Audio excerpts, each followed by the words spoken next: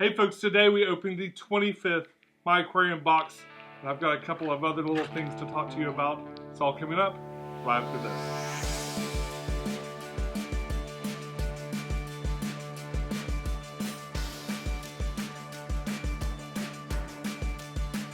Hey YouTube, this is Pecktec. Another month's gone by, and it's time to look at my purchases from this month. I am kind of saving up for some new lights, and I've got a trip coming up that we'll talk about in a little bit. I haven't bought as many things this month as I typically do. One thing that you don't see here that I got from Green Oasis Farms is some really cool Neurite snails. I think they're called red racers, and he delivered those to me with a heat pack. It was really cold outside, but they got here no problem, and they are really, really cool looking snails. And he tells me that these are pretty rare. I guess this color morph of them is pretty rare, so... And of course, I don't really have a lot of great photos of them or a lot of great images of them because they, for the most part, the ones I threw in just kind of went and hid really quick. But as they come out more and more and as they get bigger and bigger, I'll be sure to share them with you guys. I've been really enjoying having the other snails. I see a lot of people complaining that they lay a lot of eggs. They don't hatch. They only hatch in, I think, brackish water. But I see a lot of people saying that they lay eggs all over the place and it really annoys them. So I haven't noticed too much of that yet with the snails I got previously, but as I get more and more of them, I'm bound to see that eventually. But of course, yeah, that was from Green Oasis Farms. Mike's got some great stuff there. He's got plants and bettas and all kinds of stuff. Be sure to check it out. There'll be a link in the description where you can check him out. All right, so let's get right into the My Aquarium box. And this month's implement of destruction is the brass fish. I actually received this fish for Christmas. It's meant to hang on the wall, and there's a couple more of them from my brother years ago. So thank you for the weird gift many years ago, my brother. I think I'll use it to open a box because it's strangely in theme. Actually, when I first saw this, I was like, oh man, I'm definitely putting this on a backpack or something. I'm kind of glad I didn't. I might actually end up hanging it on the wall back here because it will fit in there with the steampunk tank and stuff really well. Alright, it also is just bangers for opening boxes. It can open in boxes like nobody's business. Alright, let's take a look inside. Now, of course, I switched my box a while back to a planted box. And it looks more like that some months than others. I guess the idea is that if they have planted aquarium type items, they'll be more inclined to throw that in as they would for the regular box. There are some differences, but I haven't been getting the regular box for a while, so I don't know all the differences. I have had planted boxes with like very few planted items in them too. But for the most part, it's all been really useful stuff. Even if it's not all planted things, it's all very useful stuff. And I really enjoy the surprises. So when Mike and Greg first started this company, I was pretty skeptical that they would be able to keep surprising me with things, but they do a pretty good job. All right, and here's a... looks like they forgot the scorecard in this month's box. That's fine. Even more mystery to the box here. So I've got this thing, which feels funny in my hand. And it's got a little felt bag. Let's break this open and see what it is. Universal Clip LED Cell Phone Microscope. What? Ah! Oh, wow. How neat. So this will attach to your phone. And it's got a little thing up here that I guess is the light. There's an arrow pointing right here. Okay. So you can turn on the light, flip this onto your phone, and use it as a microscope. I'm going to go ahead and insert some footage right here. I'm not sure what I'm going to look at with a microscope. It might be my knuckle. It could be some other part of my body. I'm not going to pull a fish out, and I don't have anything dead to kind of pull out and look at really close. We might try to get up to the glass too and kind of see. Maybe we can look at some algae. I seem to always have plenty of that to share. All right, but that's really cool. We'll give that a try. See how we like it. What else do we have here? Oh, from Sarah, we have an algae scraper. All right, and this looks like Glass cleaner with stainless steel blade. Okay. It has a diagram showing me something. I wonder if it just press to close, press to open. Oh, wow, okay. So this has a removable algae blade. Well, that's pretty handy. These get bent up, especially if you hit it just the wrong way. They'll get bent up and stuff. Okay, and we have some, oh, it's earthworm flakes. Yum. What every growing fish needs is some earthworm flakes. You know, I bet that they will really like this. That's a good idea, earthworm flakes. Okay. And of course we've got some aquarium plant root tabs. I've been using these. They are sort of the homebrew variety. I say that because it is possible to go to Lowe's and get some of these things, and then one of those health food stores that has little gelatin tablets and make similar things like this yourself. But I enjoy buying others. I enjoy other people doing it. I just buy it in a little bag. I've been using these, especially in my tanks that don't have a lot of particularly great planted substrate, especially under things like sword plants and things like that. Even with good substrate, you know, I'll put this under a sword or something. They love this stuff. And I've got some, like my Vesuvius sword is like a really curly sort of sword plant. They don't survive very well unless you've got a root tab of some sort under it. I've been using these because I get them in my aquarium box. The H2O plants, they were sending something very similar to this too, and theirs worked really well also. So I definitely recommend it. It looks like I got 2 bags of those. Are these different? Nope, it's the same. So I got 2 bags of those, probably by mistake. Greg and Mike, come on. Alder cones, really great, especially if you saw last month when we did a lot of blackwater stuff. This is another thing that you can, a botanical, I don't know if this is a botanical or not, but this is another thing that you can boil up and throw in your tank. Adds a lot of beneficial tannins and stuff to the water. Alder cones. And I've got 2 bags. Oh, 2 bags of alder cones this month as well. So I am stocked up on alder cones. I really love the shape of these things. The shape of these little pine cones is really interesting. I'm thinking about doing some more blackwater stuff. And I'm excited to see, you know, I might try a little bit more of those next time I do it. And right here we have some steaks.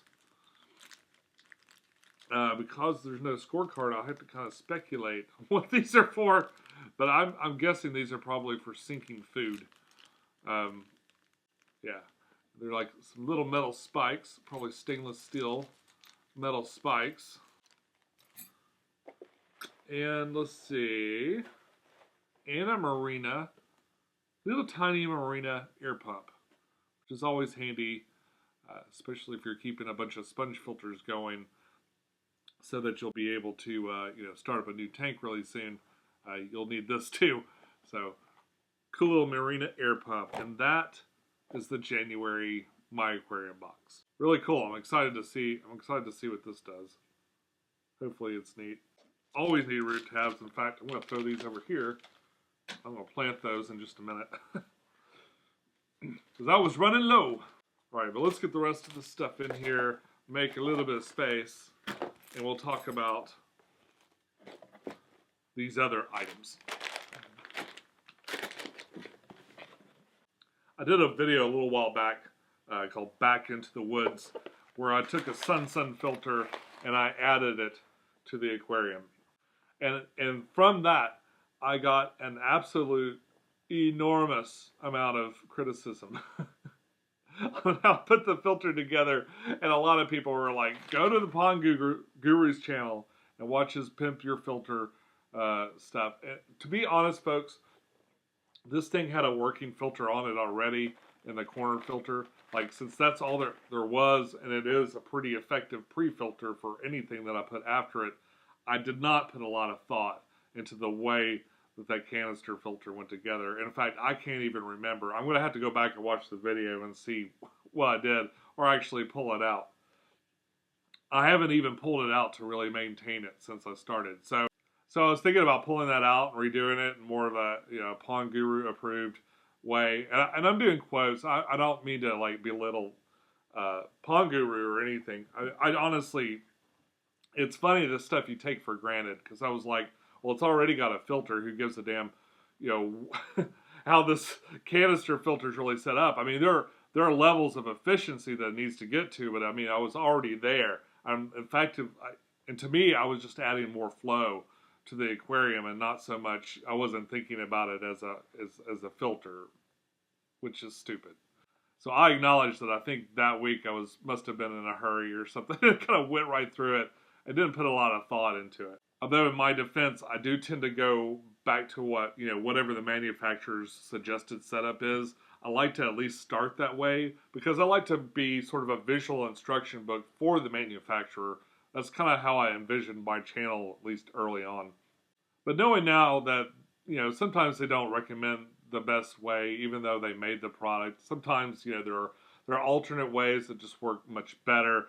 I think more and more I'm going to start being a little bit more outside the box on setups and stuff like that. I really appreciate the commentary. Good constructive criticism, I always really appreciate it. I don't want you to think I don't. But I do get caught off guard sometimes when you guys want to run me out on a rail over something I didn't think about a whole lot. That being said, I was working this weekend. I work with computers. Sometimes it's very boring, and while I'm waiting, I like to listen to stuff. So I put on Pond Guru, and I watched sort of passively to a lot of stuff that they had to say, and I really, really do like the way he puts his filters together. It all makes sense, and it's all really smart. So both of these products were somewhat impulse buys that I got after watching a couple of his videos. Actually, I think I probably just let 4 or 5 of them just run right in a row. This was pretty interesting, but we're going to talk about it in a second. We're going to start with BioHome. And I got, this is what 1 pound of BioHome Plus media looks like. That's right? BioHome Plus filter media. If you're familiar with Pond Guru already, he's told you about the many, many great aspects of BioHome, sold it up as a pretty incredible product. And I say it that way because, unless I'm mistaken, this is his product. Like, he's selling it, and he gets something out of it. There's nothing wrong with that. Nothing wrong with that at all. But my understanding is that this is his company, so of course he's going to sell it up. The reason I bought it is because I think he's most likely right. Like, all the things that he's talking about, all the things that he says when he compares this to other things. I've had this stuff before. I got a huge bag of it. I actually have it in every filter, every canister filter here. Not like all this stuff, but like at least a handful of the regular, I think the chunkier BioHome. We'll open this up here and take a look at it.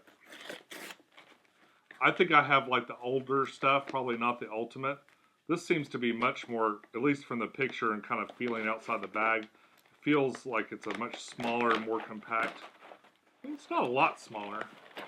I think I even did one like a video called Media Race or something like that, where I took some of this and I compared it to some that sold for saltwater quite a bit. Yeah, so there's a nice close-up shot, and you can see it's pretty small. It's pretty small. It actually kind of looks like giant cichlid sticks or something like that. I do think it is a great media. It's it was kind of expensive for this. How much was it? Yeah, I got this for $25.99 on Amazon. And a pound it's a pretty good amount for, and it'd probably be decent enough for, maybe just the Sun canister filter, but obviously you're going to need a lot more if you got a lot of canister filters or a much bigger canister filter. And this is probably only enough to supplement what I've got going already. And that's fine. I just thought it'd be cool to get a bag of it, try it out, and just see if I notice a huge difference. in a couple of different places. I'm not a biologist or a scientist or anything. I think it'd be really hard for me to tell. Like if I have a huge reduction in algae, if the water just like tests out really well, I guess, and it stays and maintains a good healthy bio load, then I know at least in part it's doing its job. But a lot of other things can do the job too, and it kind of comes down to efficiency more than anything else. So the filter I put together, I slammed together, the one I put together completely wrong is still working to some degree, but probably not even close to the potential that it has and the efficiency of a well put together, a well thought out canister filters could make a pretty big difference like overall. So that's just some food for thought. And it kind of explains where I'm coming from with the canister filters and the different ways to filter them. But speaking of that, I've got another little product. This was fairly inexpensive at around $27. It has two options. There's a white one and there's a transparent one. That's the transparent one pictured. The one I ordered was actually the white one. I can't believe I'm still using this fish to open things. All right, let's take a look here.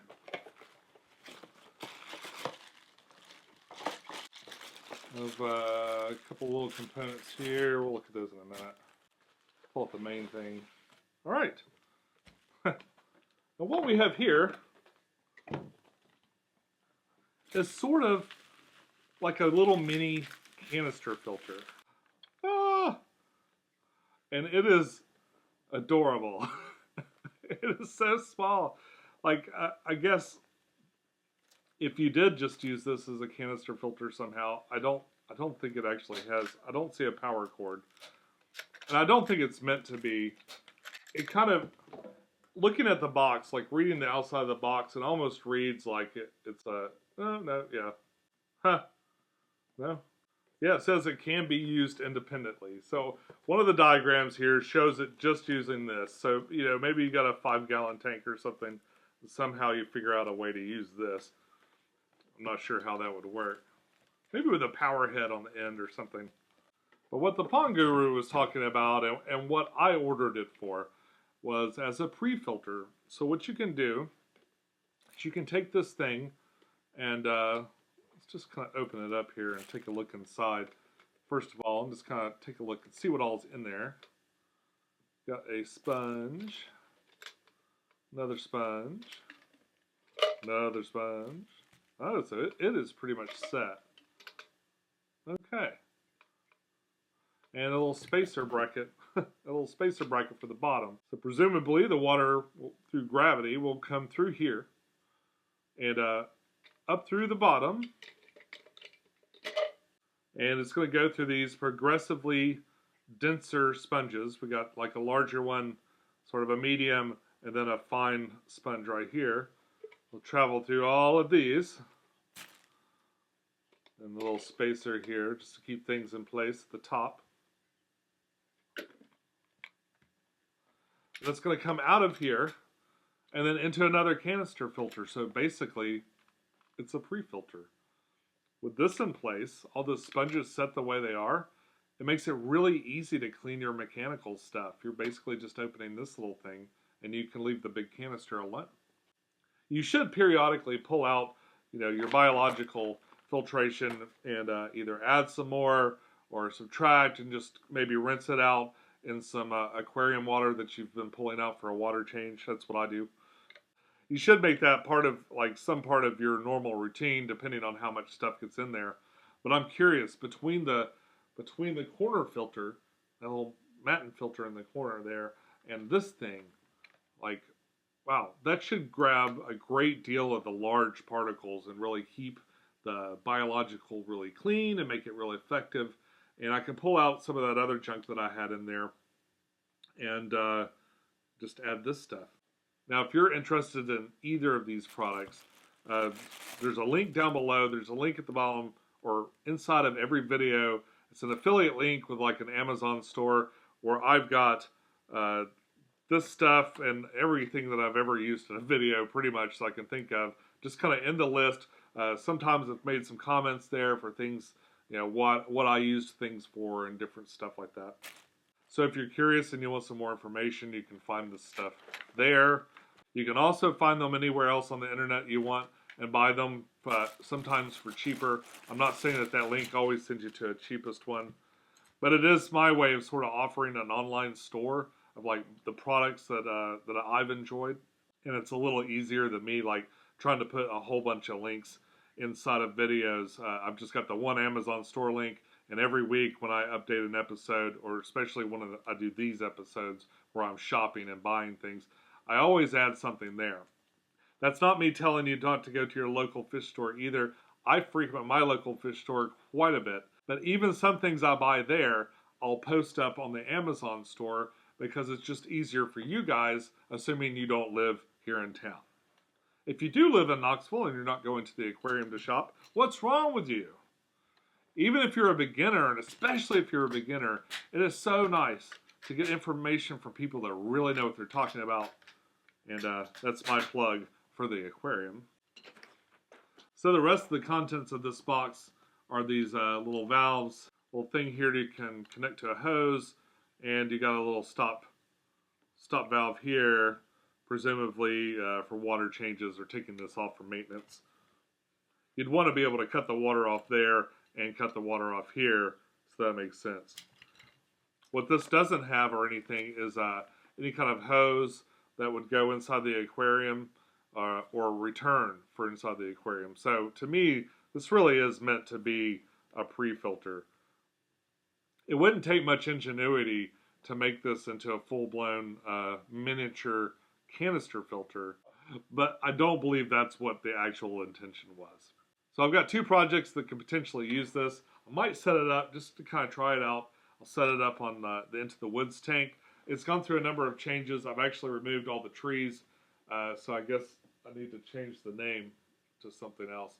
But now it's sort of an experimental tank. I'm just trying different things. So once I do get things nice and stable and working really well again, I'll probably take all the plants out and break it down and put it into another tank altogether.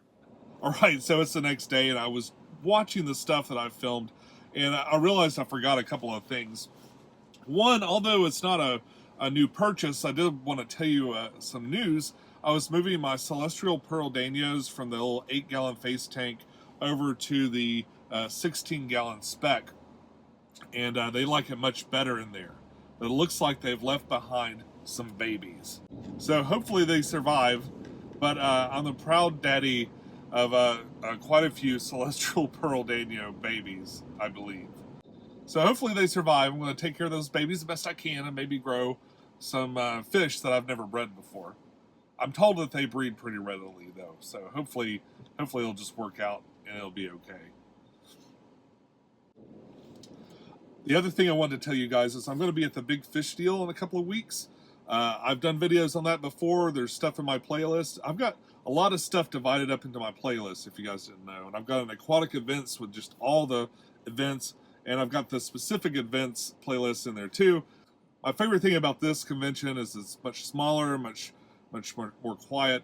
It's really easy to get to know people and interact with people. A lot easier than at the bigger shows. Like at the Aquatic Experience, it's just like sensory overload. This allows you to focus and really get in there a little bit better. So I can't wait. I love the Aquarium Beautiful contest. That's really neat. I don't think I'll be participating this year as far as like building in a tank.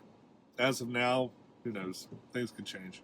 I do think Holly will be going with me this year, which is a little unusual. She hasn't been with me to an aquarium convention for, well, since the very first one that I went to in Kentucky. But Holly's a real trooper. She's made a lot of trips with me, and I look forward to showing her what it's all about. But folks, that's all I got for you this week. Until next time, follow your bliss, keep a clean tank, and I'll see you soon. Bye-bye. Cannot see a thing. I am blind.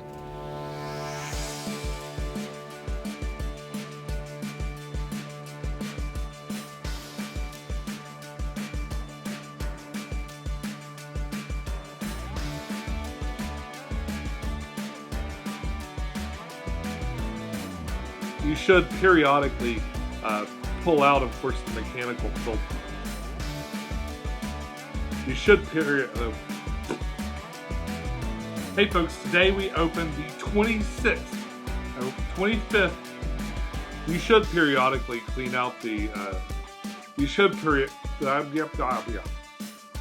I see a lot of people saying, well, they lazy. I actually got this from